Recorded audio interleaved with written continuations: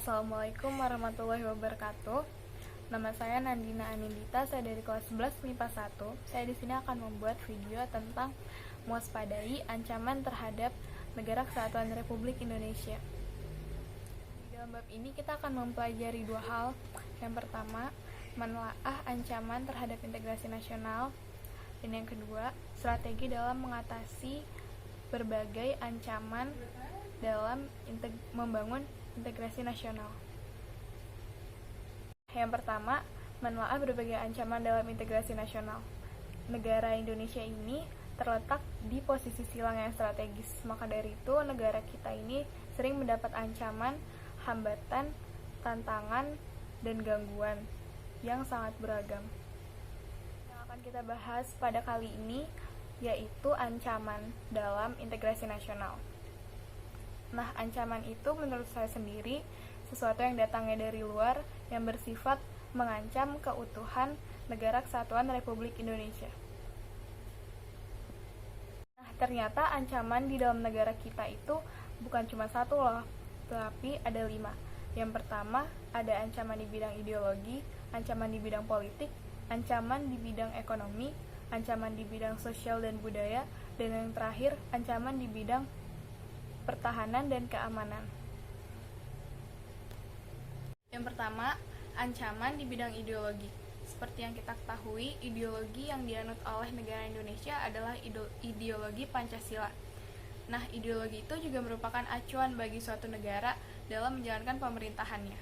Hal ini bisa saja terancam karena banyaknya paham-paham yang berusaha untuk menguasai suatu negara. Ancaman ini berasal dari luar negeri, misalnya paham komunisme dan paham liberalisme. Yang kedua, ancaman di bidang politik. Ancaman di bidang politik itu bersumber dari luar negeri juga maupun dalam negeri.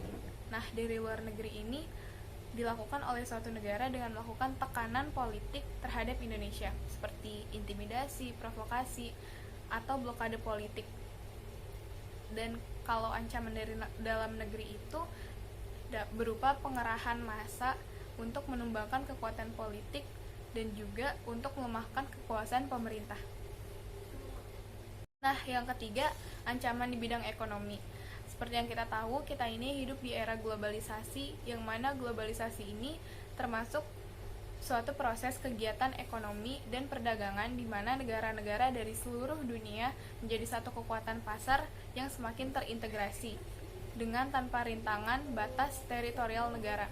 Nah, ini juga menjadi ancaman bagi negara Indonesia karena bisa jadi produk kita atau produk dalam negeri itu menjadi terancam atau kalah saing dengan produk luar negeri.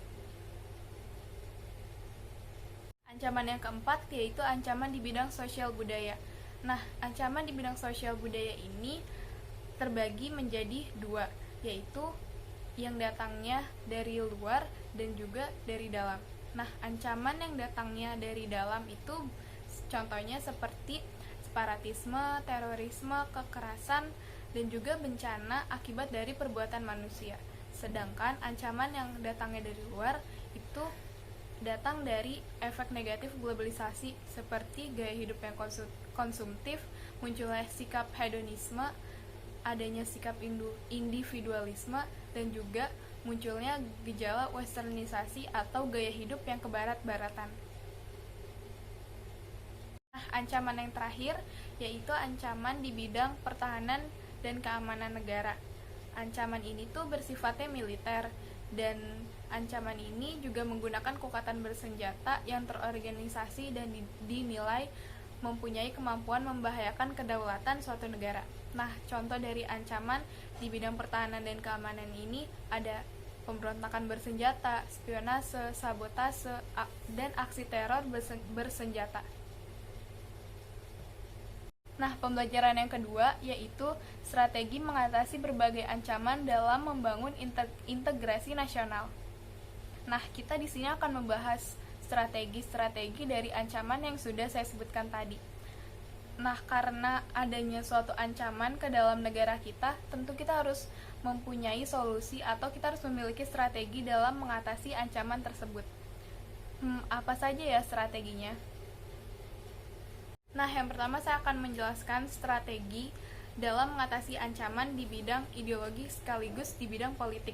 Nah, ada 4 hal yang selalu dikedepankan oleh globalisasi dalam bidang ideologi dan politik, yaitu demokratisasi, kebebasan, keterbukaan, dan hak asasi manusia. Keempat hal tersebut oleh negara-negara adidaya dijadikan standar atau acuan bagi negara-negara lainnya yang tergolong sebagai negara berkembang. Nah, contoh dari strategi yang tadi saya sebutkan tuh apa sih? Contohnya itu seperti mengembangkan demokrasi politik, mengaktifkan masyarakat sipil dalam arena politik, mengadakan reformasi lembaga-lembaga politik agar menjalankan fungsi dan perannya secara baik dan benar. Dan yang terakhir, menegakkan supremasi hukum atau hukum ini ditegakkan dengan asas keadilan, yaitu tidak membela hanya kalangan yang di atas saja, tetapi hukum ini secara adil hukum ini secara adil diberlakukan kepada rakyat yang di atas maupun yang di bawah. Yang kedua, ada strategi dalam mengatasi ancaman di bidang ekonomi. Nah, seperti yang saya sebutkan tadi, ancaman-ancaman di bidang ekonomi itu jatuhnya seperti ancaman terhadap produk dalam negeri. Nah, tentu saja strategi ini, contoh strateginya itu yang pertama, memperkuat produk dalam negeri supaya tidak kalah saing dengan produk luar negeri atau impor. Supaya masyarakat Indonesia ini lebih suka dengan produk dalam negeri, maka kita harus memperbaiki kualitas kita agar masyarakat kita lebih memilih produk di dalam negeri. Nah, yang kedua itu pertanian dijadikan prioritas utama karena mayoritas penduduk Indonesia ini bermata pencaharian sebagai petani. Yang ketiga, diadakan perekonomian yang berorientasi pada kesejahteraan rakyat. Nah, ini tuh maksudnya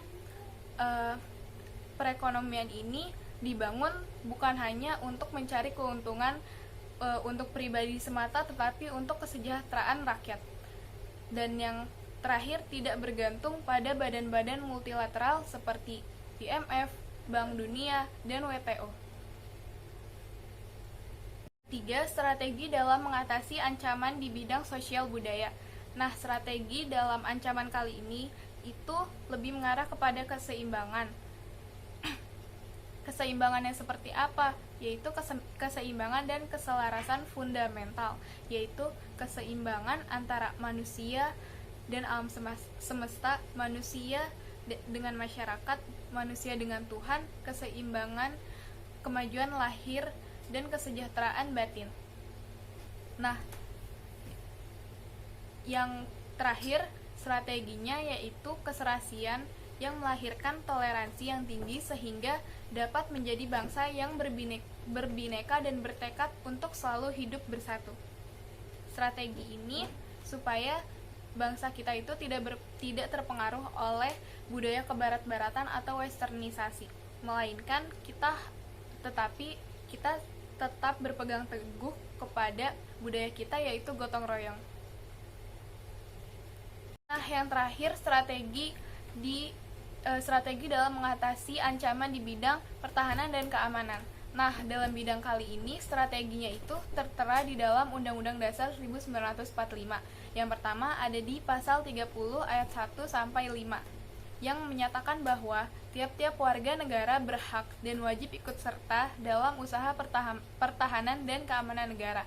Kedua, usaha pertahanan dan keamanan negara dilaksanakan melalui sistem pertahanan dan keamanan rakyat semesta oleh Tentara Nasional Indonesia dan Kepolisian Negara Republik Indonesia sebagai kekuatan utama dan rakyat sebagai kekuatan pendukung.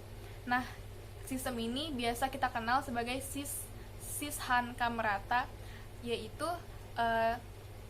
kekuatan rakyat itu sebagai kekuatan pendukung dan TNI dan Polri itu sebagai kekuatan utama. Nah, yang terakhir itu pasalnya Tentara Nasional Indonesia terdiri atas Angkatan Darat, Angkatan Laut, dan Angkatan Udara sebagai alat negara bertugas mempertahankan, melindungi, dan memelihara keutuhan dan kedaulatan negara. Nah, inti dari materi pada bab 5 ini, kita hidup sebagai masyarakat Indonesia tentu memiliki berbagai ancaman yang akan datang dari luar maupun dari dalam. Nah, maka dari itu sifat kita atau sikap kita sebagai warga negara Indonesia, kita harus memiliki strategi bagaimana untuk mengatasi ancaman-ancaman tersebut supaya keberlangsungan hidup kita sebagai masyarakat Indonesia yang satu dan yang utuh itu tetap berlangsung sebagaimana mestinya. Nah, demikian vlog pembelajaran kali ini, yaitu bab 5 mewaspadai ancaman terhadap Negara Kesatuan Republik Indonesia. Saya pamit undur diri, semoga materinya bermanfaat. Dadah.